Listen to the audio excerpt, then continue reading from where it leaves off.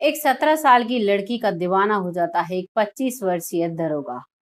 जब वो उनके घर किसी केस में आता है, किसी केस के सिलसिले में, तो फिर वो उस लड़की के साथ करना चाहता है कुछ ऐसा कि आप सुनोगे तो आपको अजीब लगेगा। नमस्कार, मैं महक चौधरी आज आपके सामने एक ऐसी कहानी लेकर आई हूँ जिसको अगर पूरा जानना है तो आपको मेरे साथ वीडियो में अंत तक बने रहना होगा। आज की कहानी शुरू होती है बिहार के छपरा जिले से। यहाँ पर एक परिवार रहता है। परिवार का जो मुखिया है उनका नाम है संदीप, जिसकी 4 बेटियां हैं। बड़ी बेटी 17 साल की है, बाकी सब उससे छोटी हैं। और उनके घर में एक दिन रात को अचानक से लुटेरे घुस आते हैं। सबके चेहरे पर गमछा बंधे हुए थे और सब आकर घर के सामान को तितर बितर करने लगते हैं। लड़कियां जो थी, जवान थी, उनको गालियां देने लगते हैं, उनसे गलत गलत बोलने लगते हैं। उस घर की जो महिला थी उसके साथ भी कुछ ऐसा ही बिहेव किया जाता है। ये सब सिलसिला घर में चल ही रहा था। तभी घर की जो छोटी बेटी होती है वो चुपके से बाहर निकल कर भाग जाती है और बाहर जाकर शोर मचा देती है, सभी पड़ोसियों को बुला लाती है। पड़ोसी आते हैं, इधर पुलिस को फोन कर दिया जाता है और पुलिस भी मौके पर पहुंच जाती है। जैसे ही पुलिस वहां पहुंचती है, पुलिस तुरंत घर में अंदर घुसती है और सभी को वहीं पर धर दबोचती है। उन सभी को वहां पर अरेस्ट कर लिया जाता है और वहां घर वालों से जब पूछताछ की जा रही थी, इधर जो वहां पर चीजें फैली हुई थी उन सभी का वीडियो रिकॉर्ड करा जा रहा था, उन घर वालों का वीडियो रिकॉर्ड करा जा रहा था। तभी उनमें से एक 25 वर्षीय दरोगा था। वो उस घर की बड़ी बेटी को देखकर बहुत ही मोहित हो जाता है। अब वो हर वक्त उसी के बारे में सोचता रहता है। उस समय तो वहां से वो चले जाते हैं, लेकिन जो वीडियोस वो रिकॉर्ड कर कर लेके गए थे उनमें से ही कुछ वीडियोस जो जिसमें वो लड़की आ रही थी उनको क्रॉप कर करके वो दरोगा अपने फोन में प्राइवेट सेव कर लेता है। और उसके बाद दूसरे दिन फिर से सुबह उनके घर जाता है।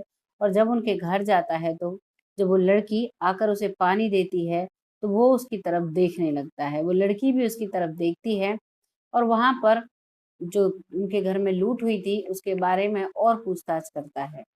वहां पर लूट की पूछताछ खत्म होती है। तभी वो कहता है कि संदीप जी, बुरा ना माने तो एक बात कहूं। तभी संदीप कहता है, जो लड़की का पिता है, कहिए, बिल्कुल जरूर कहिए। और वो कहता है कि मुझे आपकी बड़ी बेटी का हाथ चाहिए।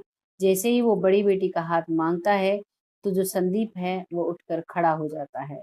वो कहता है कि बाबूजी, आप कहाँ और हम कहाँ, हमारे लिए तो आज के सिवाय कल के लिए हमारे घर में परेशानी होती है कि कल हमारा पेट कहाँ से भरेगा।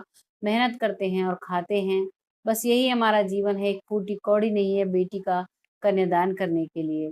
तो संदीप कहता है, आपको चिंता करने की जरूरत नहीं है, ये सारी जिम्मेदारी मेरी है। तो दोनों परिवार खुश हो जाते हैं। लड़के का जो परिवार है वो विरोध करता है कि ऐसे परिवार से रिश्ता जोड़ रहे हो जिसमें सिर्फ लड़कियां ही लड़कियां हैं, ना तो तुम्हारा कोई साला बनने वाला है और ना ही आगे कोई, जैसे आगे रिश्तेदारियां चलती हैं वैसे चलती हैं, सिर्फ और सिर्फ लड़कियां ही हैं। जब तक सास ससुर हैं जब तक ही तुम्हारा ससुराल रहेगा। तभी लड़का कहता है, मुझे उससे कोई परेशानी नहीं है, मैं इस लड़की से बहुत प्यार करता हूँ और मैं इसी से शादी करूंगा। अब घर वाले दोनों के मान जाते हैं और दोनों की धूमधाम से शादी होती है। शादी के बाद बहुत अच्छे से उस नई दुल्हन का स्वागत होता है और घर में बहुत ही रौनक रहती है, क्योंकि वो लड़की दिखने में इतनी सुंदर थी कि सब जो भी देखे उसे मोहित हो जाता था। अक्सर वो लड़की अपने मायके में भी अपने घर में ही रहा करती थी, क्योंकि जब भी वो कॉलेज या बाहर जाती थी तो लोग उसे मतलब जो टॉन्टिंग बाजी उसके साथ किया करते थे, उसे छेड़ते थे, उससे कुछ ना कुछ कहते थे। इसीलिए वो अपने घर पर ही अक्सर रहा करती थी। अब रात हो जाती है, सुबह होती है, 2-3 दिन ऐसे ही निकलते हैं उनकी शादीशुदा ज़िंदगी की। तभी एक दिन जैसे ही वो सुबह-सुबह अपनी ड्यूटी के लिए जा रहा था, तो उसकी पत्नी की जो मेकअप किट होती है, उसके अंदर एक गोली का पत्ता रखा हुआ था, उसे वो देख लेता है। उस गोली के पत्ते को वो जेब में रख ले जाता है और अपने जानने वाले डॉक्टर से मिलता है और उससे बताता है कि ये गोली किस चीज़ की है। तभी डॉक्टर बताता है कि ये गोली तो बहुत छोटी उम्र में लड़कियों को बड़ा करने के लिए होती है, जिससे कि लड़कियां कम एज में जवान दिखने लग जाएं। अब जैसे ही ये बात उस लड़के को पता चलती है, अमित को, तो वो बहुत ही ज्यादा हैरान और परेशान हो जाता है, लेकिन वो अपने चेहरे को बिल्कुल वैसा ही रखता है और घर आता है।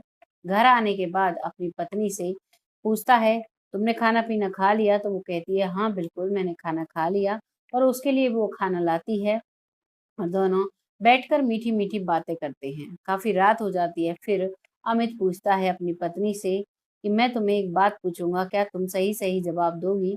तो वो लड़की कहती है, बिल्कुल, आपको जवाब नहीं दूँगी तो और किसको दूँगी? आप मेरे पति परमेश्वर हो, जो आप कहेंगे मैं वो करूँगी और जो आप पूछेंगे मैं वो बताऊँगी। तभी वो उन गोलियों के बारे में पूछता है।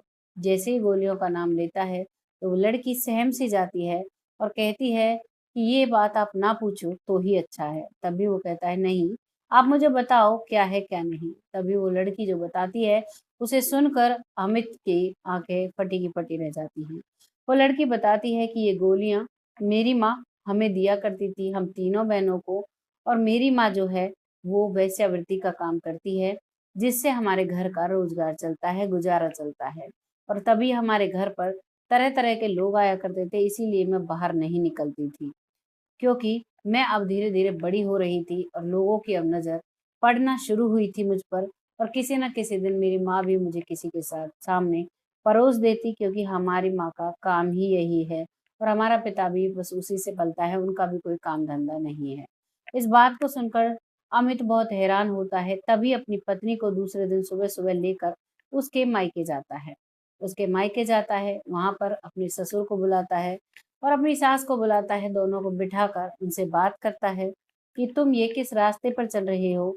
ये कैसा काम है? तुम्हारी हेल्थ खराब हो सकती है और आपको भी पता है, जब ज़्यादातर महिलाएँ ऐसा काम करती हैं तो उनको क्या बीमारी हो सकती है। और ये जो तुम काम कर रहे हो एक शरीफ इलाके में रहकर, ये तो बहुत ही गलत है और इन बच्चियों की ज़िंदगी तुम बर्बाद कर रही हो। अपनी सास से वो बोलता है, वो तो शुक्र है इस लड़की की मुझसे शादी हो गई और अभी तक ऐसा कुछ इसके साथ नहीं हुआ था। नहीं तो कौन इससे शादी करेगा, कौन नहीं।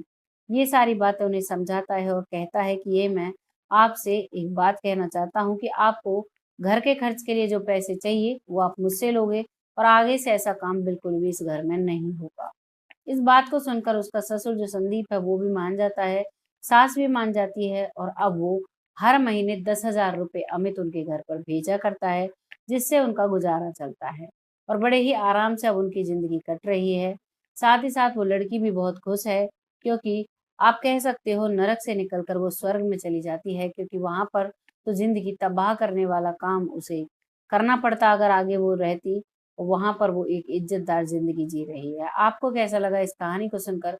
कमेंट सेक्शन में ज़रूर बताइएगा। बहुत जल्द फिर आती हूँ ऐसी ही किसी कहानी के साथ। तब तक के लिए जय हिंद, जय भारत।